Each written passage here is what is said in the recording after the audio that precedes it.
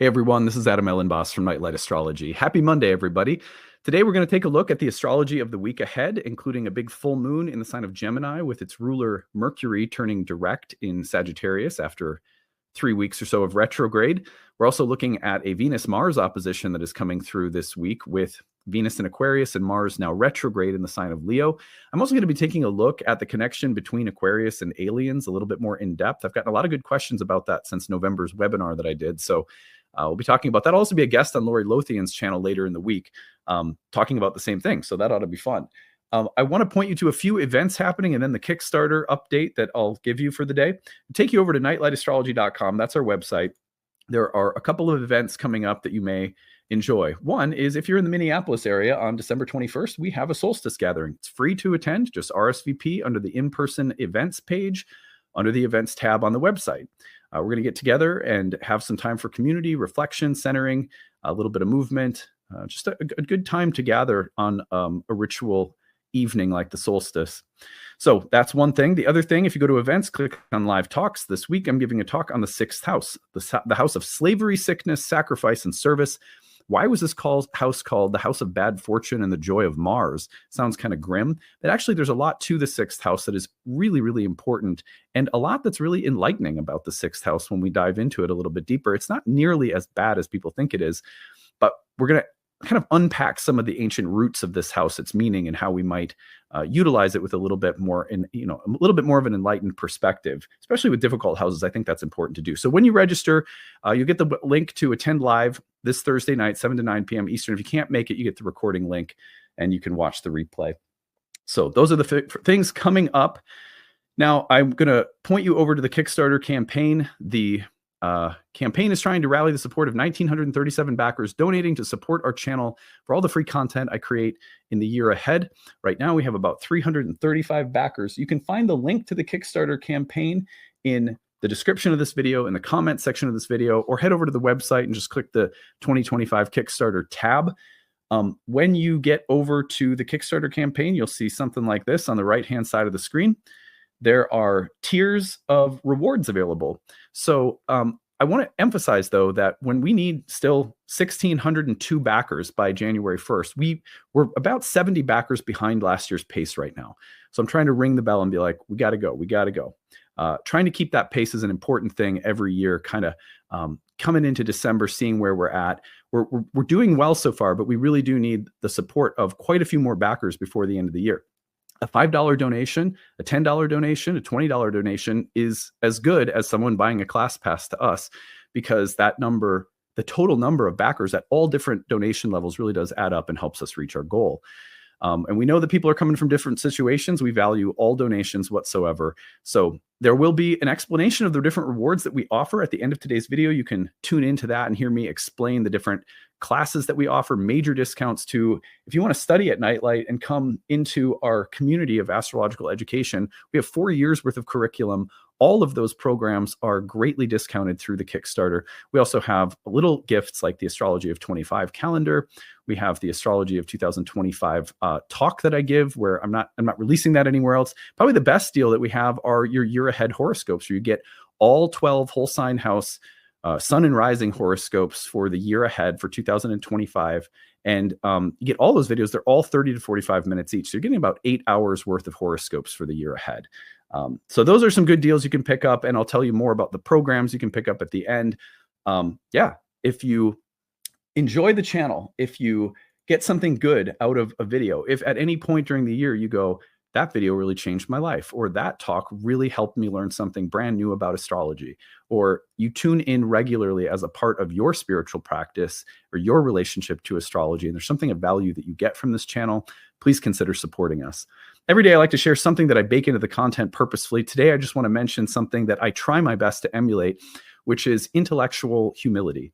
And by that, what I mean is all my favorite teachers, whether I was in graduate school or the spiritual practices that I've had and the spiritual teachers I've had in different traditions, they have all been people who have, they maybe have a data bank of knowledge about things that they've read or studied or that they know, but they've had a way of communicating those things that allows me to also think for myself and to make meaning in a way that might be unique from the way that they have arrived at something.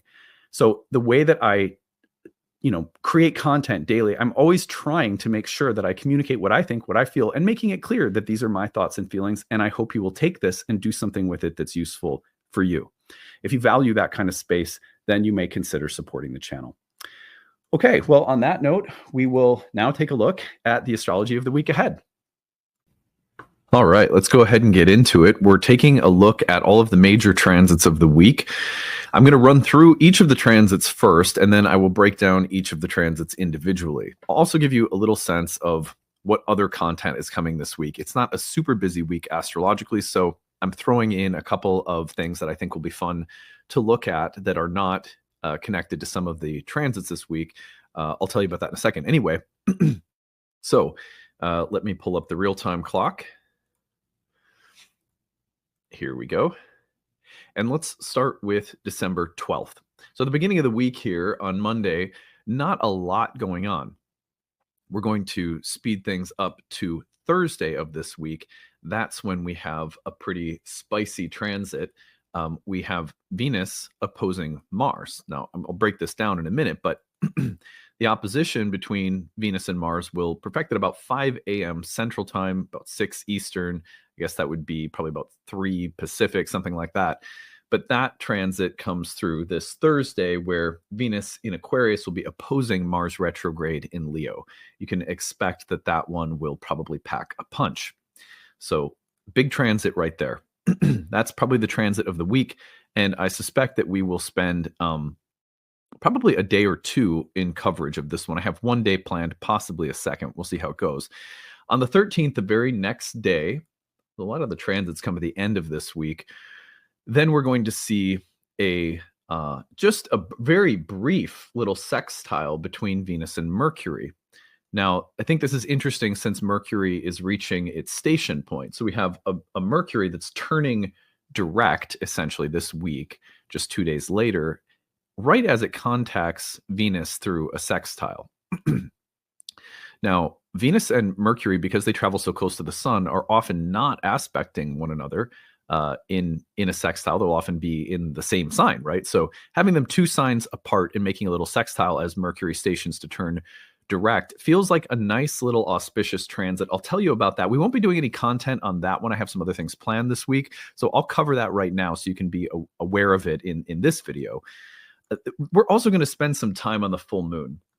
Full moon in Gemini is a big one this month, and that has to do with the fact that this full moon is ruled by a Mercury that's turning direct, and that is coming into a square with the Neptune, Sun squaring Neptune as well, while Jupiter and Saturn are also about to square. So we have this kind of mutable T-square that's being activated by the full moon on the 15th. We're going to talk about that today, and then we'll definitely have some content on that later in the week. We're also going to be looking at Mercury turning direct on the same day as the new moon. That's Sunday the 15th. So the very end of the week, some fireworks with a full moon in Mercury's sign as Mercury is turning direct in Sagittarius after, about 3 weeks of being retrograde. That's the major astrology of the week. I told you I would also tell you just a little bit about what else we're going to talk about. One talk that I have planned, it was really interesting. Someone sent me a message, actually a few people did, with questions about the connection between Pluto into Aquarius and the topic of aliens, UFOs, extraterrestrial races or civilizations, things like that. And I have to admit, I think it's a completely fascinating topic. And there were some really interesting questions that were asked after I did my webinar on Pluto into Aquarius, the week that Pluto went into Aquarius, where there was some mention in that talk as well. I talked a little bit about a lot of things, but I mentioned alien life and why that connection between Pluto and Aquarius and the topic of aliens is relevant. So I'm going to do a little bit more on that this week for fun. Then over the weekend, I think what I'm going to do is I'm going to reboot an episode that I did, I think it was all the way back in 2020, on the topic of the planets ingressing into the sign of Aquarius, the Jupiter-Saturn conjunction in Aquarius, and the topic of aliens. So someone also sent me the link to an old talk I did and said, I went back and looked at the talk you did on Jupiter and Saturn in Aquarius in 2020 and the topic of aliens, which you predicted at that time would become more and more prominent as Pluto entered Aquarius in the years to come. And I thought that was really, I was like, because, sometimes I forget what videos I've made.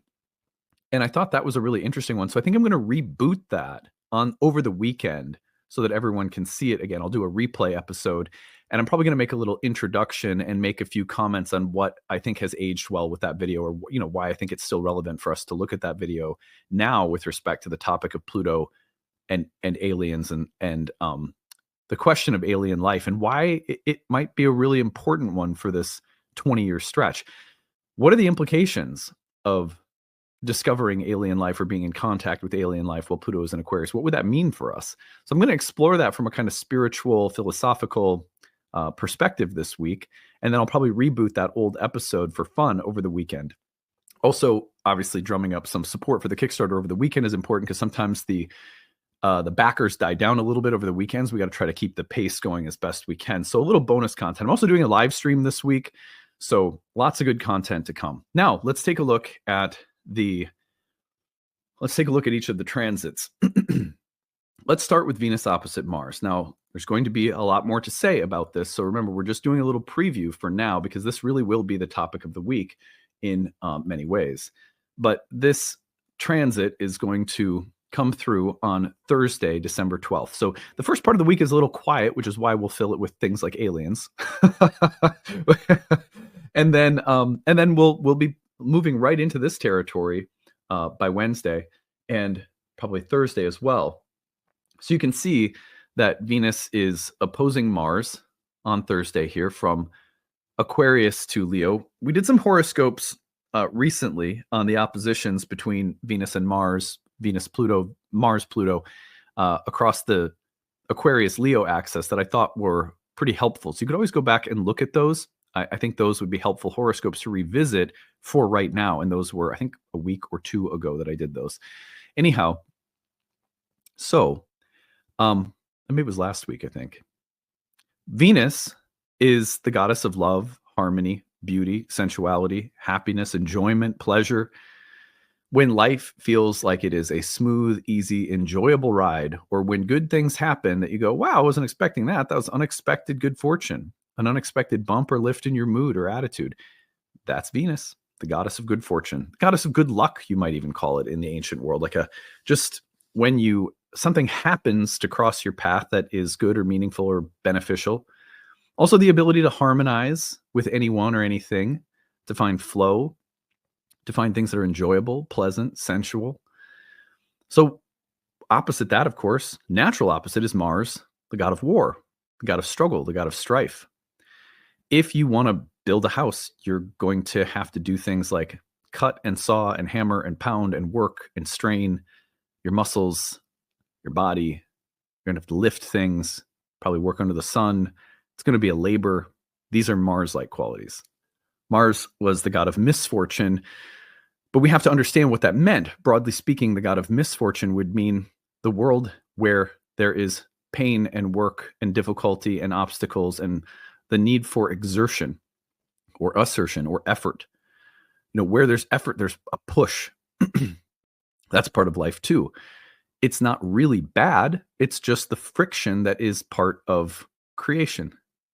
So when we think about Mars, we can think about war and violence and irritation or fevers or things that are hot or cutting or severing.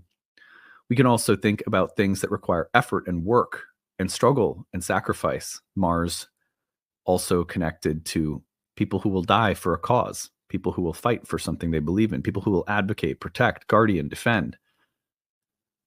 So when you put Venus and Mars into an oppositional tension with one another, what do you get? You get something like the tango. I've used that image recently, but you get a push and pull, a back and forth.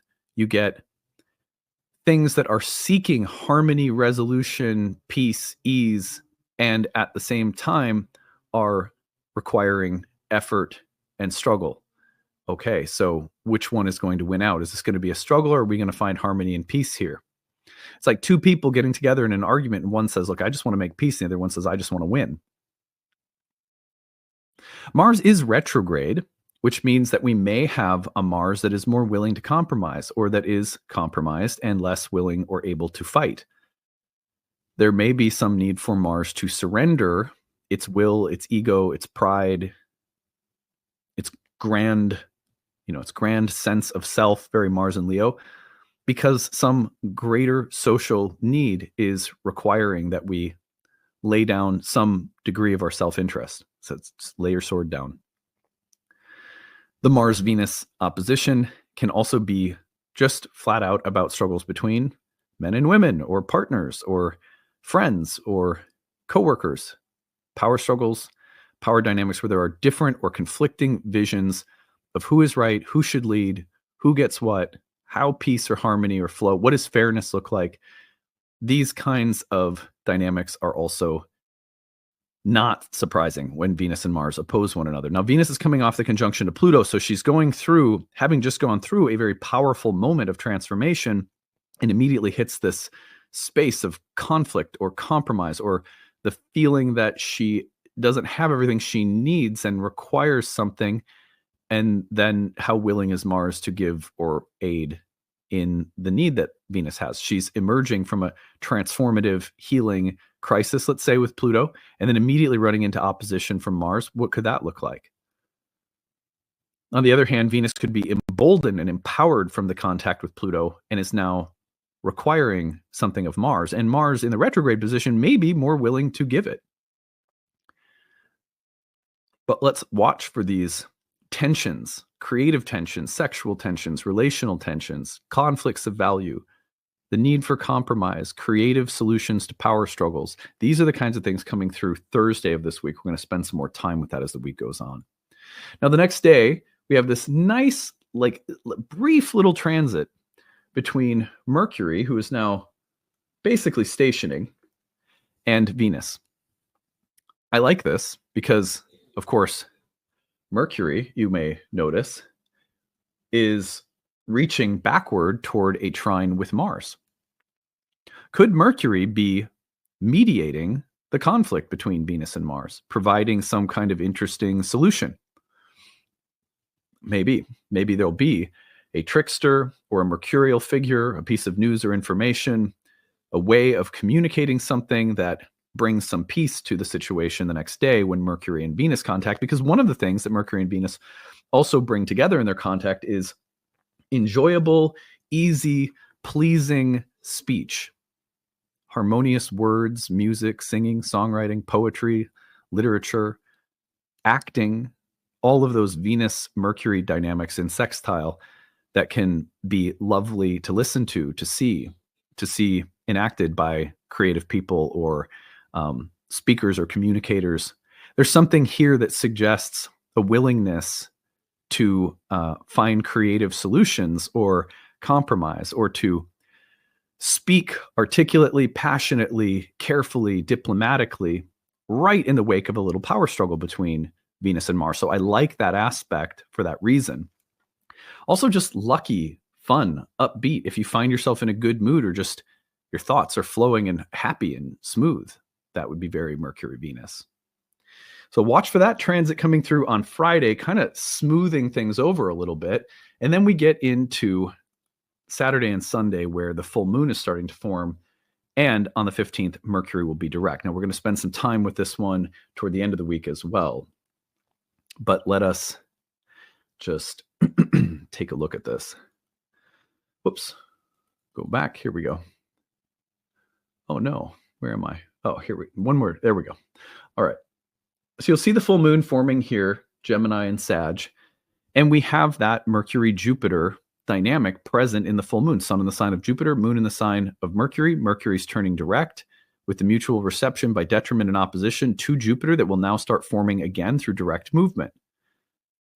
So again, this full moon brings about the dialectical that is so present this month. Philosophically, ideologically, religiously, politically, there is a kind of debate or a back and forth, an exchange of ideas and values, an ability to perhaps flip-flop or see things from a perspective that is very different, or sometimes maybe even feels like it's opposed to our own or contrary to our own, to walk a mile in someone else's shoes. or to come up with a creative solution to a problem, and or to bring a meeting of the minds somehow. All of these things are present again at the time of the full moon, where there's this kind of paradigmatic change taking place, a change of philosophy, a change of mind, a change of paradigm.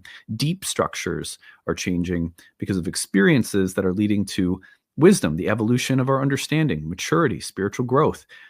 Life experiences add up and slowly start changing our view of life, our paradigm, and therefore the actions that we take, or the priorities that we have in our life, and how we sort of like, what are our top priorities? That tends to change as our experiences lead us to value different things. This is a month, remember, that Jupiter is square to Saturn. So this full moon is participating in that ongoing dialogue that is leading to deep paradigmatic changes in our lives. You can see this on a mundane level again, taking place with respect to the cultivation of a new cabinet, a new political administration, things like that.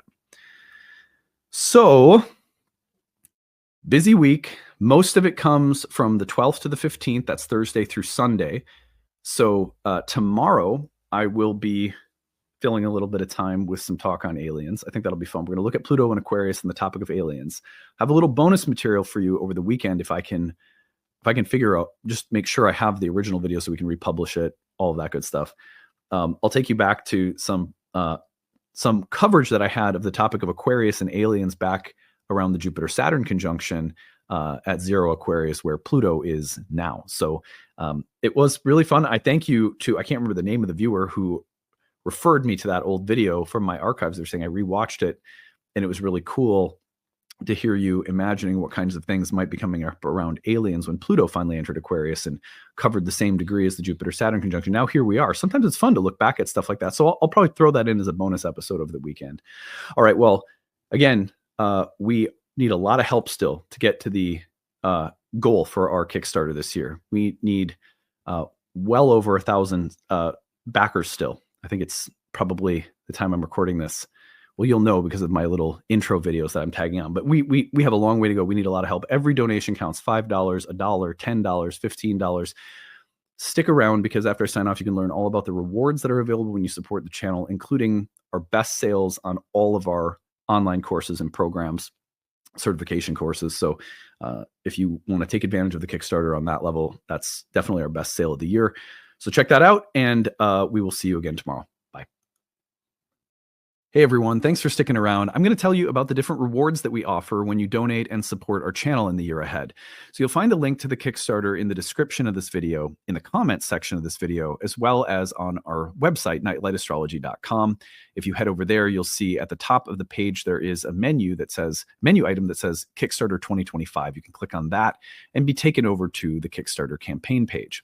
So once you're there, if you scroll down on the right-hand side, you're going to see different pledge levels and different gifts and sales that we run as a way of saying thank you for your support.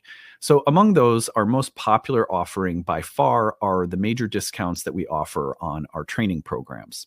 So if you are interested in studying astrology at Nightlight in 2025, whether you're a brand new student or a currently enrolled student who's thinking of taking one of our year 2, 3 horary programs, you're going to find that these are the best rates that we run on the entire year. And we do this as a way of both saying thank you and also of helping us raise funds to support the channel, our staff, and everything we do. So you'll see attend one Nightlight course there. That's about 50% off the total cost of the program and about $500 off the early bird rate. And then you'll scroll down and you'll see that if you bundle 2 courses together, the savings go way up. Bundle 3, they go up even more. I mean, the difference between the 2 and 3 class package is $200. So $200 more, you get 3 of our year-long programs. And if you get all the way to the 4 class pass, then you have all 4 years of our program. You can take them at any pace you like, renew them whenever you like. There's no timeline on when you use these class passes.